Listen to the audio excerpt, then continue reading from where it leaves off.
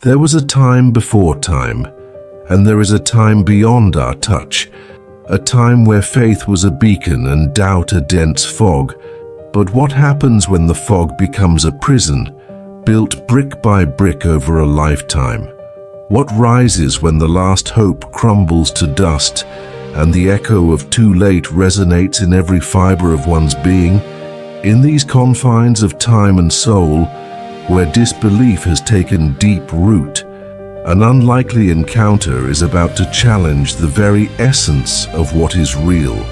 A silent afternoon, an elderly and weary man, and a presence that would forever change the melody of his existence. He was Elijah, a name that in Hebrew means, "My God is Yahweh," a cruel irony for someone who had dedicated most of his life to denying any trace of divinity. His 80-odd years weighed upon him not only in his aging body, but in his soul, wrinkled by disbelief. Elijah's face was a map of the storms he had weathered.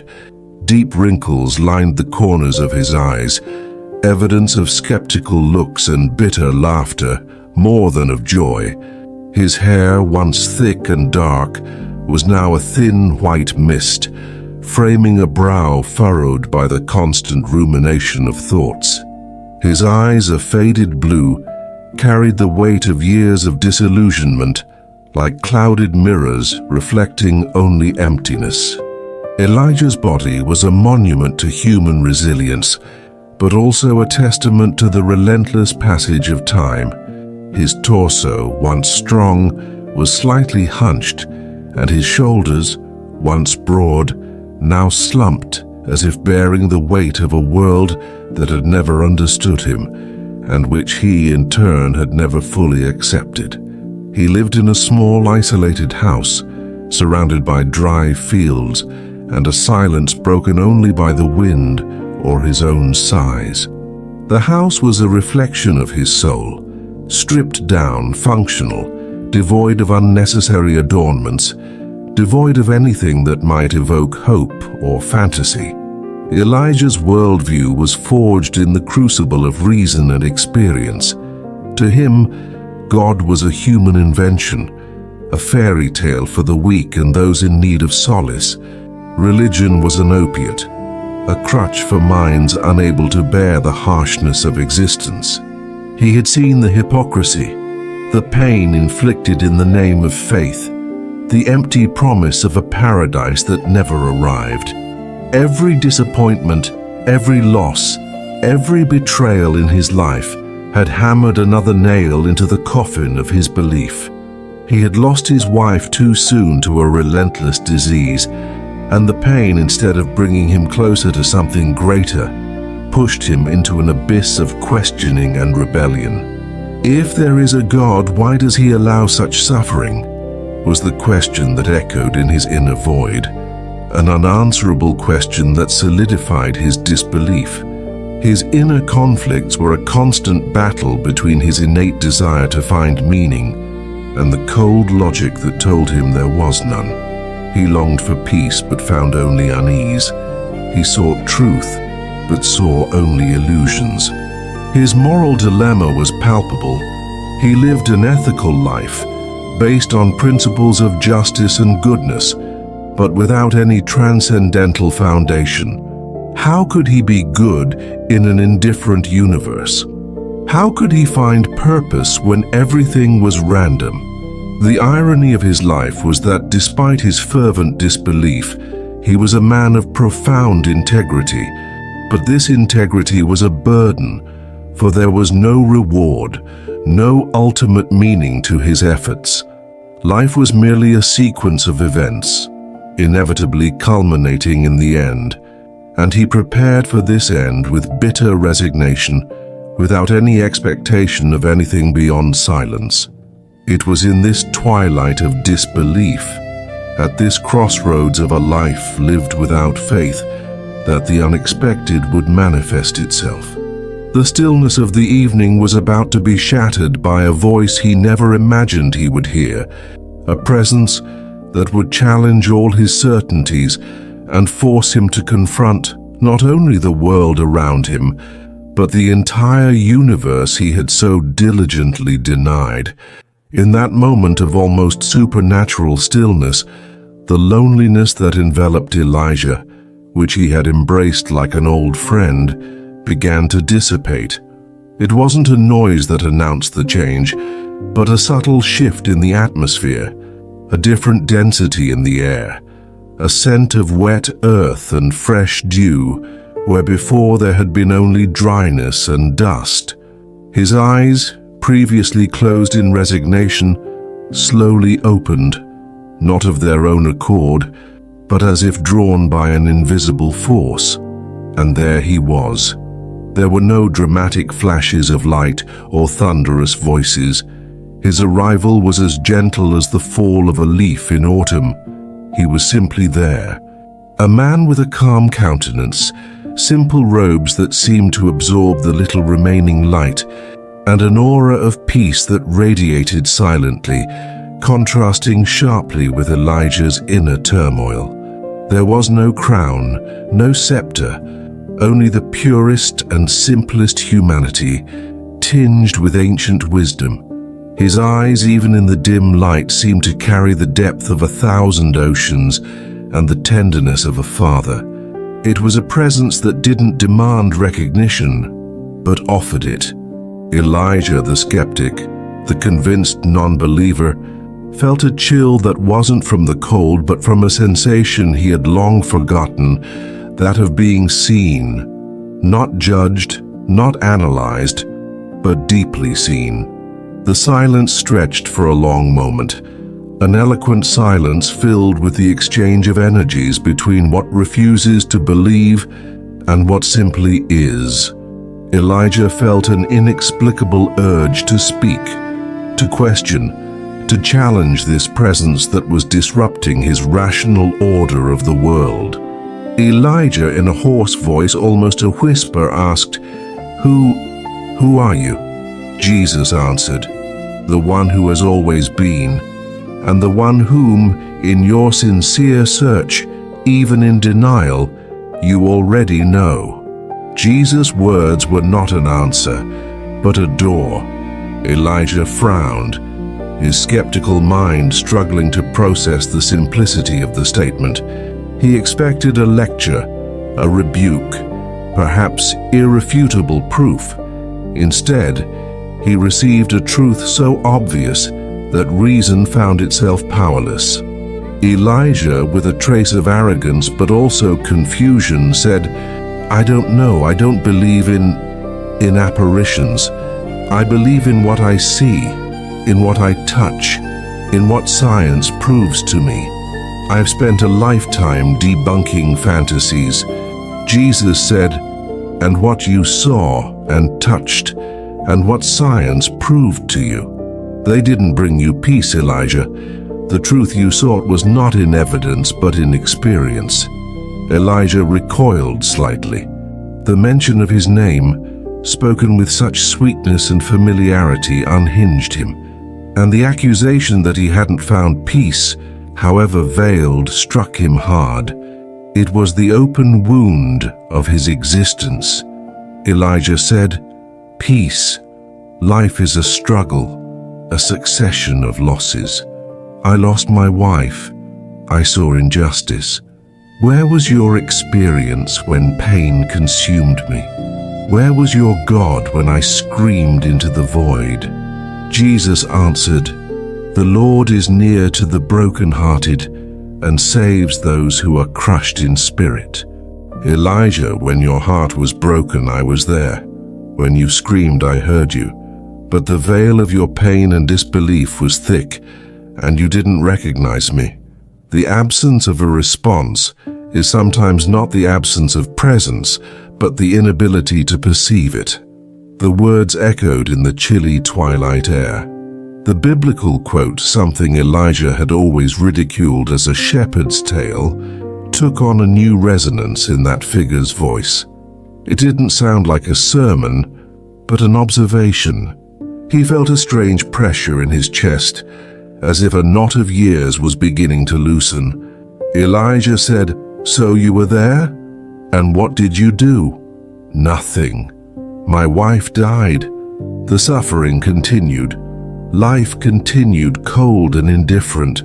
Where is the love they so often speak of? Where is divine justice? Jesus answered, "Love, Elijah, does not nullify pain but transcends it." Divine justice is not measured by human standards of immediate cause and effect, but by a greater purpose that unfolds beyond our comprehension. You sought love in the results, not in the journey. For where your treasure is, there your heart will be also. Where did you place your treasure, Elijah? In the answers the world could not give, or in the belief that there were no answers? Elijah fell silent. Jesus' question struck him with painful clarity. He had indeed placed his treasure in denial, in the relentless search for flaws in the faith of others, in the solidification of his own wall of skepticism. With each day, he became more masterful in the art of denial, but not in the art of living.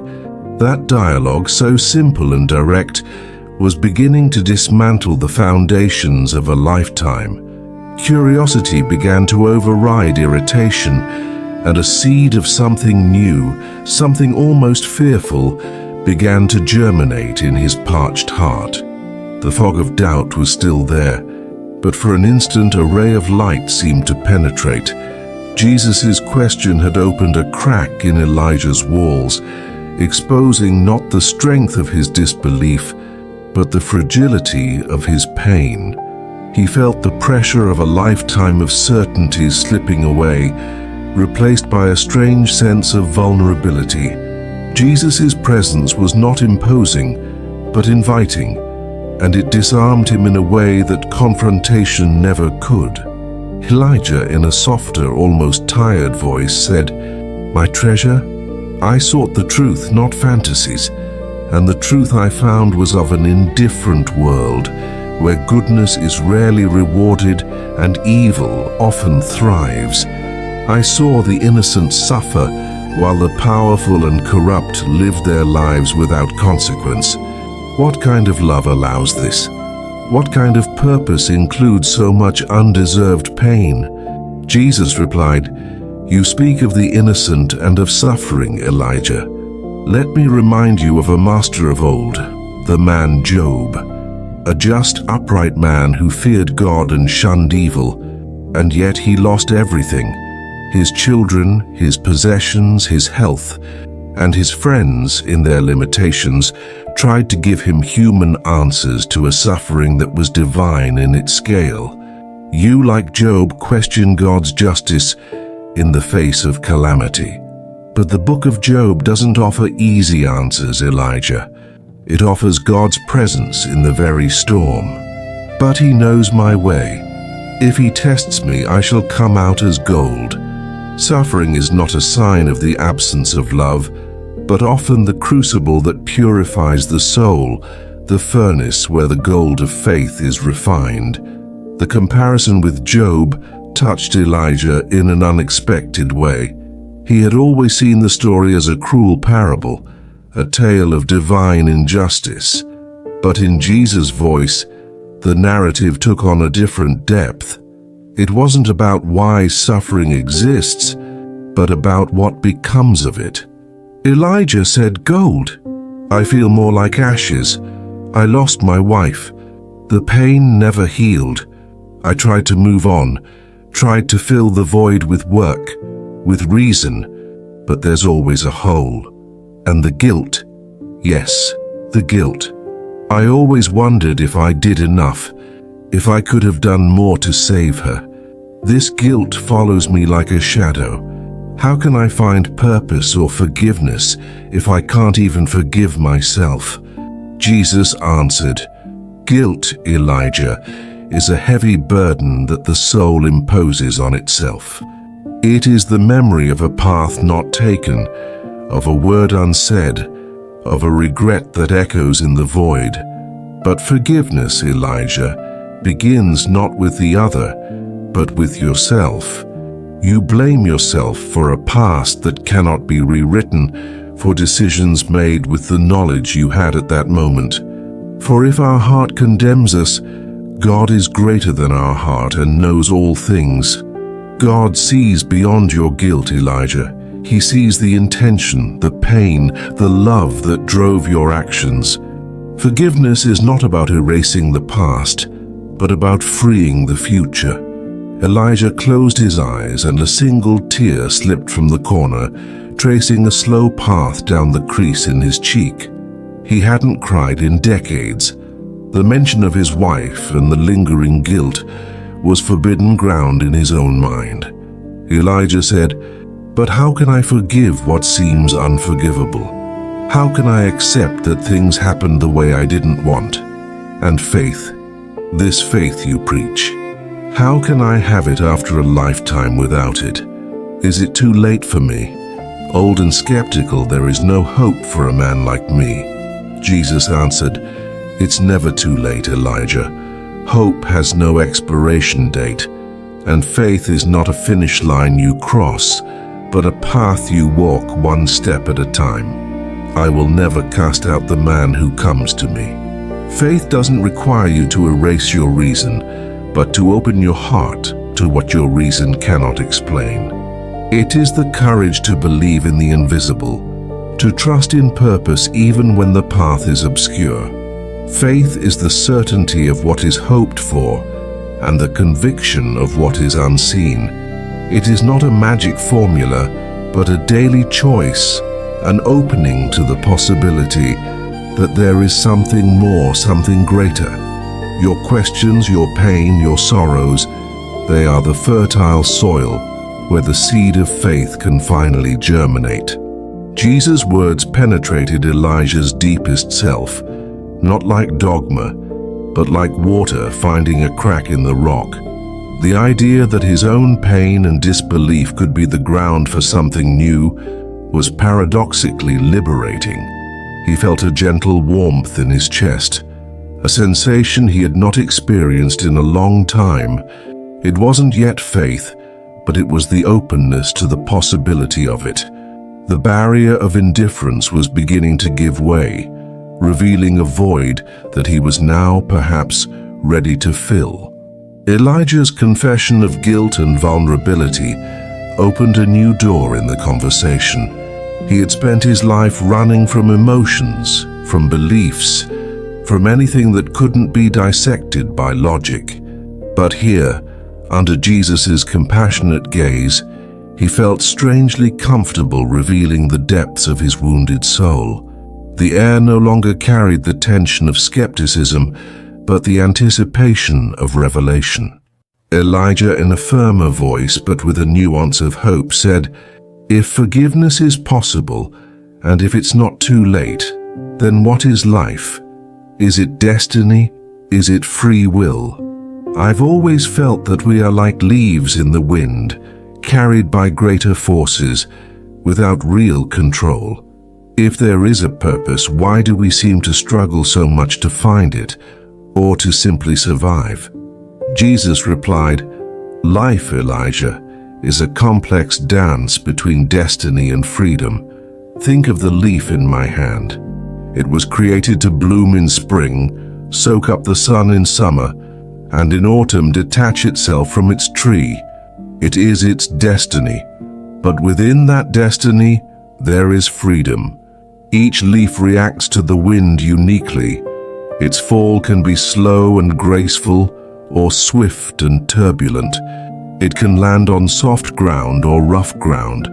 The Lord directs a man's steps. How then can a man understand his way? There is a greater plan, yes, a river flowing toward the sea. But you, Elijah, are the boat. You can row against the current or with it. You can choose the landscape along the banks, the pace of your journey." Jesus' words painted a picture Elijah had never contemplated. Destiny not as a relentless current that sweeps you away, but as a river that offers a path. And freedom not as the absence of limits, but as the ability to choose how one navigates within them. He envisioned his own life, the moments he fought against the current, exhausting himself in battles that perhaps could have been avoided. Elijah said, "So my disbelief, was it a choice? Or was it destined to be this way, so that I would reach this moment?" Jesus answered, "Every step, Elijah, is a choice that weaves the thread of your destiny. Your disbelief was not a mistake, but a part of your journey, a tortuous path that brought you here before me, with a heart now open to questions you previously refused to ask. All things work together for good to those who love God, to those who are called according to His purpose. Even denial can be the prelude to a deeper search, if the heart is willing to learn.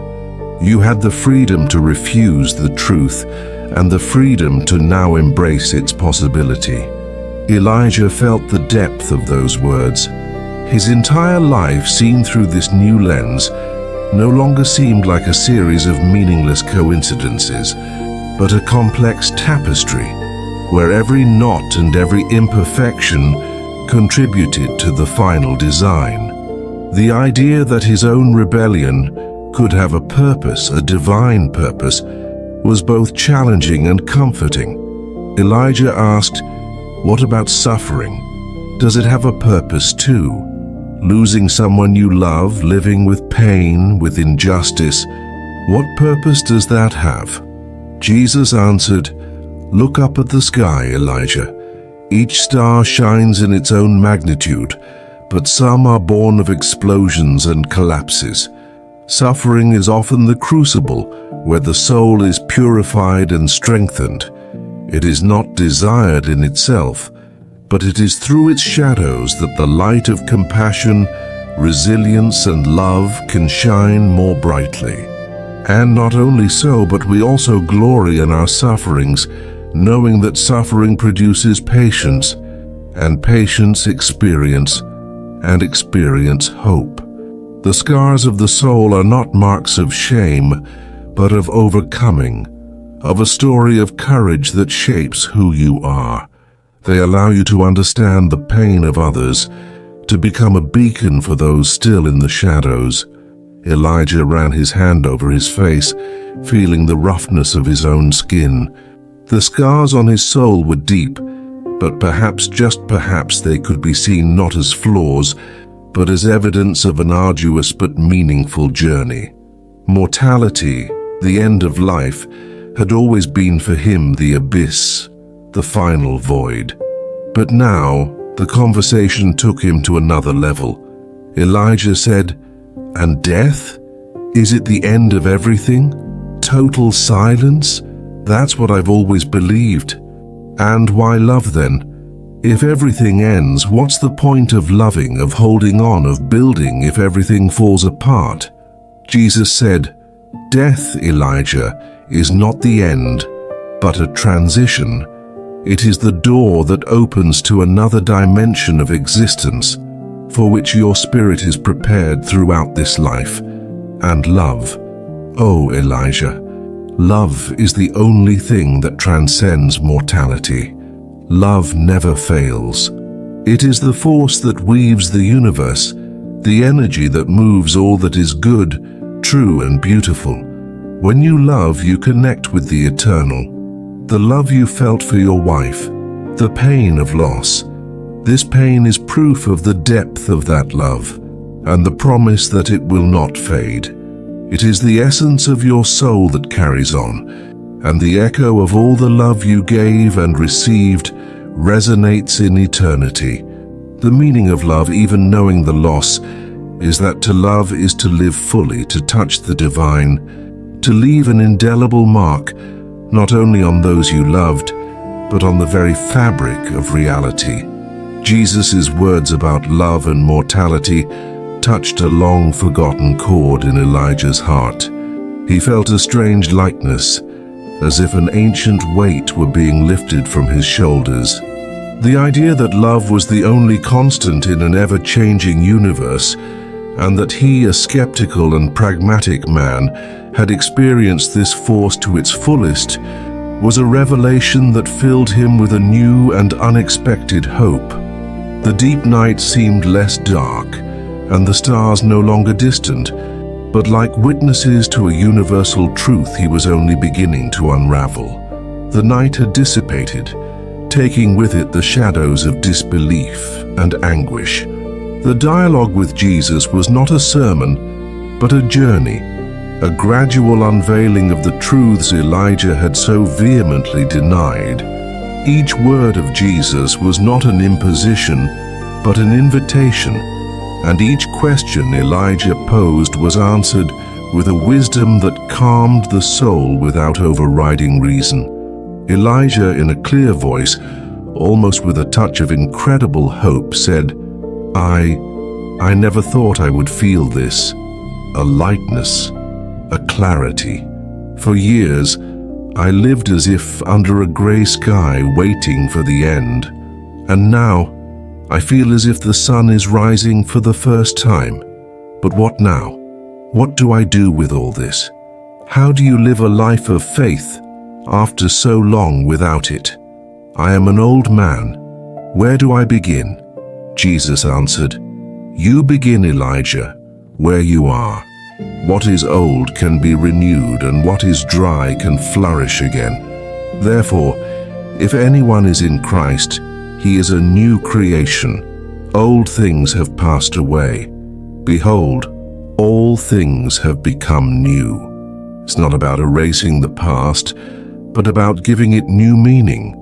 The pain you carried, the guilt that imprisoned you, all of this can become wisdom and compassion to guide your days ahead. Jesus' words were a balm to Elijah's soul. It wasn't a promise of a life without challenges, but of a life with a new purpose. He looked at his wrinkled hands, the same hands he had felt so useless, and now saw them with a new perspective. Elijah said, But the world, it remains the same. The injustices, the pain, how do I face them with this new vision? I can't simply forget what I've seen. Jesus replied, It's not to forget, Elijah, but to transform your vision. The world will continue to present challenges, but you will have a new lens through which to see. You will no longer struggle alone. Come to me, all you who labor and are heavy laden, and I will give you rest. Your life's purpose from now on can be to be a light in the darkness. Share the compassion you now feel, the hope that has blossomed in your heart. Faith is not a shield to avoid battle, but the armor that allows you to fight with love and resilience.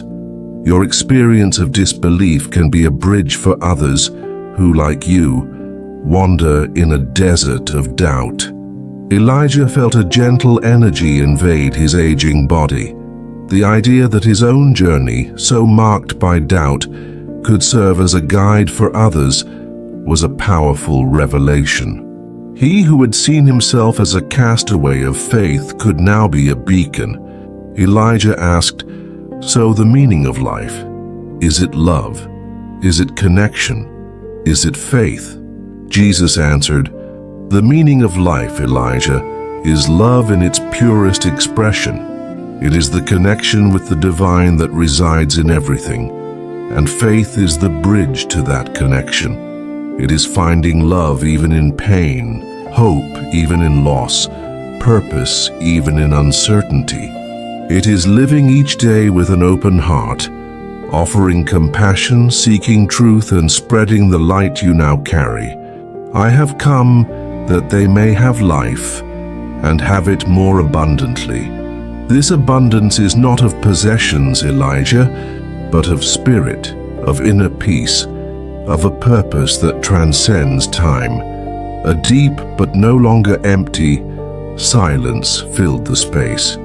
Elijah felt a peace he never imagined possible. Jesus' presence, which at first challenged his reason, was now a safe haven for his soul. He had sought answers his entire life, and they came not in the form of irrefutable proof, but in the form of a loving presence and a truth that resonated in his heart. Jesus said, Remember, Elijah, that the greatest miracle is not to see the impossible, but to recognize the divine in the ordinary, hope in the darkness, and love in every beat of your heart. Go in peace, for the peace you sought is within you, and I am always with you. Elijah stood there, bathed in the dawning light, no longer the skeptical and hardened man, but someone reborn with a new melody in his soul. His old age was still there, the wrinkles, the gray hair, but his eyes, once dim, shone with a new light, a light of hope, of forgiveness, of a love he had finally recognized.